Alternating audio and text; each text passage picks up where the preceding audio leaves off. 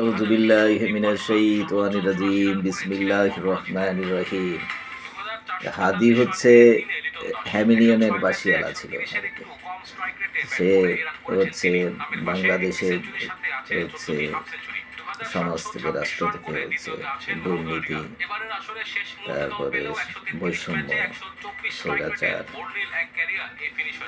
যত অনিয়ম ছিল সবগুলো দূর করতে চেয়েছিল। এখন তো হাদি নেই, হাদি তো নিজেই হ্যামিলিয়নের বাসী হয়ে গেছে। তো এখন কে হ্যামিলিয়নের বাসী বলা হবে? ওই তারিক জি হবে, না হচ্ছে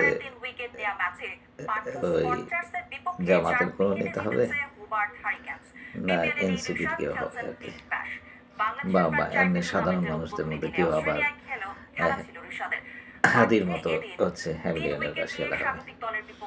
তো আপাতত দৃষ্টিতে দেখা যাচ্ছে যে মানে সম্ভাবনা আছে তারিক জিয়াই হবে হ্যামিলিয়নের বাসিয়ালা।